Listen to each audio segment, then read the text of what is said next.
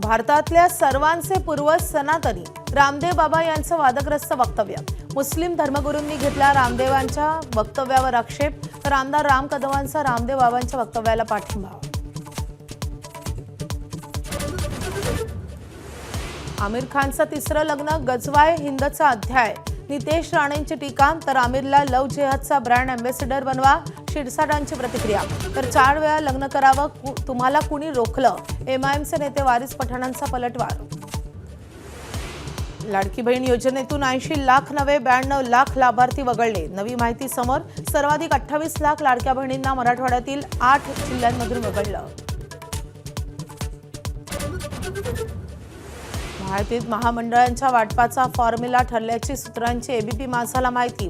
भाजपला 48%, शिवसेनेला 29%, तर राष्ट्रवादीला 22% महामंडळ दिली जाणार। विनायक राऊतांची 23 जुलैपर्यंत चौकशी नाही, राऊतांचा अटकपूर्व जामिनासाठी अर्ज। सुनगिरीच्या राऊतांच्या तक्रारीनंतर 7 जणांविरुद्ध गुन्हा दाखल।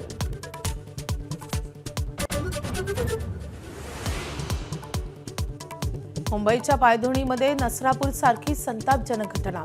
7 वर्ष चिमुरडीवर वॉचमनकडून बलात्कार, आरोपी इस्लाम परवेजला अटक। घटनेनंतर संतप्त लोकांकडून रास्ता रोको।